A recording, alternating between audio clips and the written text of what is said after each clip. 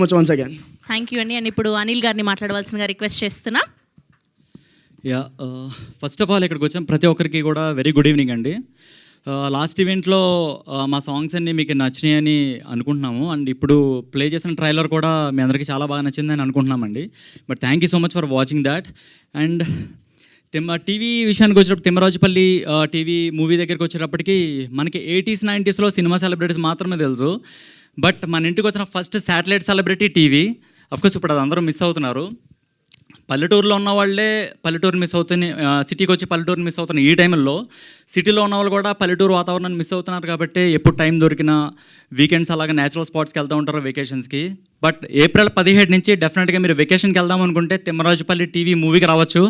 మిమ్మల్ని అంతలా తీసుకుంటుంది, ఆ ప్రపంచంలో కూర్చోబెడుతుంది, ఆ మనుషుల మధ్యన కూర్చోబెడుతుంది. తిమ్మరాజుపల్లి టీవీ మీరు చూస్తున్నప్పుడు అందరూ కలిపి ఒకే ఇంట్లో ఒకే టీవీని ఎలా అయితే చూస్తారో, మీరందరూ సినిమా థియేటర్ అనే ఒక ఇంట్లో ఆ స్క్రీన్ వెండి తెర అనే స్క్రీన్నే టీవీలాగా చూస్తారు. మీకు అంత ఫీల్ వస్తుంది. బట్ April 17 నుంచి మీరు అందరూ వచ్చి తిమ్మరాజుపల్లి టీవీని చూసి మమ్మల్ని అందరినీ ఎంకరేజ్ చేయాలని కోరుకుంటున్నామండి. Thank you so much. మీరు ప్రీ రిలీజ్ ఈవెంట్ కోసం స్పీచ్ ఏమి ఉంచుకోవట్లేదా? ఓకే, చెప్పండి. లేదండి, ఇంత మాట్లాడి మా హీరోయిన్ అని, మా ప్రదీప్ అన్నని అండ్ డిఓపి గారిని వాళ్ళని అప్రిషియేట్ చేయకపోతే కష్టం. Thank you.